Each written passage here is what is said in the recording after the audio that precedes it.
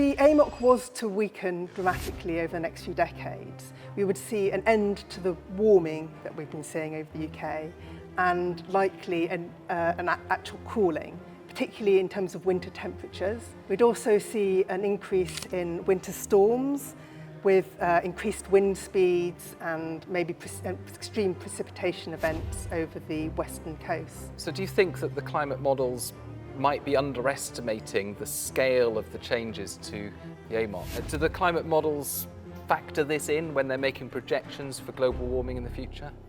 Colder winters in the UK, stronger storms, extreme precipitation.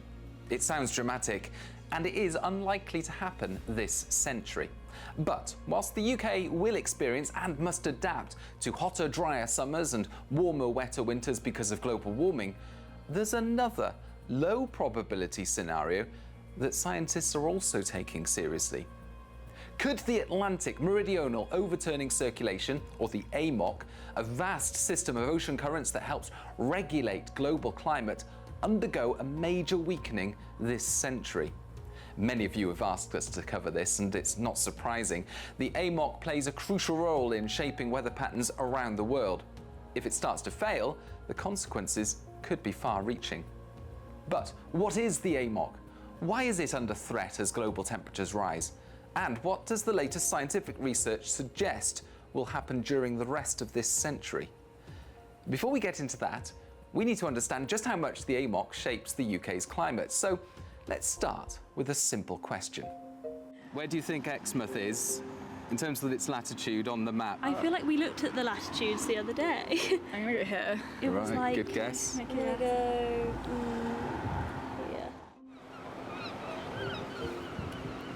Yeah, excellent guess. Here we go. So it's around that kind of latitude there. Right, so I reckon over there. Hey, look at that. He is the furthest north of anyone. We're probably about there. It's just under him. Now, if I reveal the answer, you might be surprised to see, I think you placed it around here. Exmouth is way up here in Canada. Oh. I'm quite close. You're the closest. Yeah. Well done. 1-0. Oh, not far out then. Well, Yeah. I think we were pretty bang on there. You call yourself a Devoner, eh? You're the closest that we've seen today. Oh, it's further. Right. Yeah. That surprises me. Have you experienced much snow here? No. When's the last time you had proper snow here? Oh my God, 5-6 years ago. Down here? No. Would you expect more snow if Exmouth is... You would think so, yeah. but I feel like especially the coastal areas of England, I feel like I used to live in Bournemouth and we hardly ever had snow. Yeah. I feel like it's the more inland or northern places that get snow. Yeah, definitely. Why do you think it's so much milder here than Canada? Because we get the southern winds coming up from Spain, Portugal. Africa. I think Africa's a bit far away. And the Gulf Stream comes up from the eastern side of America. Yeah. And comes right up over sort of like North Cornwall, and it's warm water. Maybe to do with the jet stream? Jet stream, yeah, I would say so. Yeah, because isn't it quite high over Northern America and Canada, and then it drops down, and then we end up above the jet stream sometimes, and then we get... Oh no, but that would make us colder. We get the warm weather. We get the warm weather coming up. Yeah, getting there. It's the Gulf Stream, I think. Yes. Yeah? Yes, I think so. Yeah. So what do you think the Gulf Stream is? The currents through the Atlantic Ocean from the Gulf in America, somewhere between. Yeah, the Gulf of Mexico. Gulf of Mexico. Yeah. Have you heard of the Atlantic Meridional Overturning Circulation? No. Certainly not, no. Yeah, that's what we were talking to my dad about. Maybe. The other week, yeah. Oh, you were? You actually talking about it? Yeah, we were, yeah. Most people have heard of the Gulf Stream. It's a fast-flowing current that carries warm water all the way from the tropics up the east coast of North America. It's driven mostly by wind and the Earth's rotation, but it's also one part of something much bigger. The Atlantic Meridional Overturning Circulation, or the AMOC. It's not a single current, it's a vast interconnected network. Alongside the Gulf Stream, it includes lesser-known flows like the subpolar gyre, which loops anti-clockwise south of Greenland. Here's how it works. Warm, salty water travels northward across the Atlantic. When it reaches the far North Atlantic, it cools down. And because cold, salty water is dense, it sinks, plunging several kilometres into the deep ocean. That dense water then flows all the way south, around 2 to 3 kilometres below the surface, eventually rising again in the Southern Ocean and other parts of the world. It's called meridional because it flows north to south, and overturning because it flips water from the surface to the deep ocean and back again.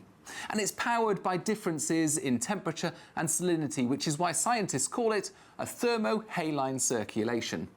Without it, the planet's climate would be very different. It's this vast system of currents, and it's a circulation that goes around the world, and it transports an astonishing amount of heat. It transports 1.2 petawatts of heat around the globe, and that's equivalent to the combined output of more than 100 times the world's power stations. Good grief. So, yeah, that's essentially why we don't have a climate like Canada. No. Most oceans move heat from the tropics to the poles, but the AMOC does something different. It pushes heat across the equator, from the southern hemisphere into the North Atlantic. That helps keep Europe warm, but it also cools the southern hemisphere, shifts the tropical rain belt, and stores heat and carbon deep in the ocean, slowing the pace of climate change. The AMOC also regulates itself. A stronger AMOC warms the North Atlantic, which reduces water density and slows the system down. A weaker AMOC cools the region, increasing density and strengthening the flow. It's a built-in feedback loop. It's essentially a stabilising mechanism on the Earth's climate. So why are scientists concerned about it becoming unstable? Global warming would mean that the waters in the North Atlantic would warm. We'd also expect them to get fresher, both because we have more precipitation in the North Atlantic with climate change, and also from melting ice sheets. And so then the waters are warmer and fresher, which makes them less dense, and therefore less likely to sink, and that weakens the AMOC. Because that's the fundamental driving mechanism, isn't it, behind the AMOC? Do the climate models factor this in when they're making projections for global warming in the future? Yeah, so climate models capture most of these processes. They capture the warming and the freshening from increased precipitation. They don't capture all of that freshening from the ice sheet melt, though. So do you think that the climate models might be underestimating the scale of the changes to the AMOC? Potentially, yes, though we know from a number of studies where they've tried adding that extra fresh water in that it hasn't had a major impact. We know from our climate models that the AMOC is very likely to weaken over the next century. However, there's a lot of uncertainty as to how fast and how much that weakening would occur.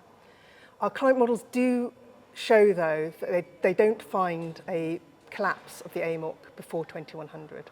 So what do scientists mean when they talk about the AMOC weakening? In simple terms, a weakening means the system slows down. Less warm water flows north, less cold water sinks and returns south. This weakening would have wide-ranging effects on weather patterns around the world. The possibility of a major weakening, where the AMOC no longer functions in its current state to distribute heat widely, is an important focus of scientific research. Some researchers refer to this scenario as a collapse of the AMOC, although the term collapse is inconsistently defined. Ancient ocean sediments show the AMOC experienced major weakening during past climate shifts, like the last ice age 26 to 19,000 years ago, and the warming that followed. These past changes suggest the system is vulnerable to disruption, especially following large surges of fresh water in the North Atlantic. That history helps scientists understand future risks, which is why monitoring the deep ocean is so important. We've only been observing the AMOC continuously for about 20 years, and we've learnt a lot about the system from those observations. We know that the AMOC has periods where it's strong and periods where it's weak, so that makes it difficult to tell what's been happening longer term in that 20-year record. There are a number of studies where they've tried to infer what the AMOC is doing on a longer time scale, and some of those have shown weakening of the AMOC, but there's still a lot of uncertainty about what has happened. It's not surprising that scientists are calling for better, more widespread monitoring like the Rapid Array, which has been tracking the AMOC since 2004. More data means better predictions. better predictions mean we have a chance to understand what might be coming, including what would happen if there was a major weakening. If the AMOC was to weaken dramatically over the next few decades, we would see an end to the warming that we've been seeing over the UK and likely an actual cooling, particularly in terms of winter temperatures. We'd also see an increase in winter storms with increased wind speeds and maybe extreme precipitation events over the western coast. And then also we'd likely see reduction in precipitation in the summer, potentially droughts. This could have really serious consequences on the UK and across Northern Europe. Mm-hmm. What about elsewhere in the world? What kinds of changes could occur? Because this is a global circulation. Yeah. So the cooling we see over the UK, we'd also see that more widely over the North Atlantic. One of the major impacts we would see would be changes in the tropical precipitation. So the monsoon systems would maybe move where they have most of their precipitation. So some regions which may now have a lot of monsoon rain would get less, and regions which have a little might get more. And this obviously could have major implications for societies and ecosystems, including the Amazon basin. Another major impact may be an increase in sea level rise throughout the North Atlantic, and that obviously has an impact on coastal communities. Because this isn't just about colder winters in Europe, a major weakening of the AMOC could shift monsoons in Africa, India and South America, disrupting rainfall, agriculture and water supplies for millions. And some recent studies suggest the AMOC could undergo a major weakening or collapse as early as 2025. These findings are based on statistical models which offer valuable insights, but according to Met Office senior scientist Jonathan Baker, it's important to interpret them carefully. The model also oversimplifies the ocean's complexity, and the temperature proxies have large uncertainties. Meanwhile, the IPCC's latest assessment states that an AMOC collapse before 2100 is unlikely, so we don't expect it to switch off in our lifetimes. Still, unlikely isn't impossible, and studies like this remind us that the risks of an AMOC collapse, while small, are real, and ongoing research is critical to better understand and mitigate these risks.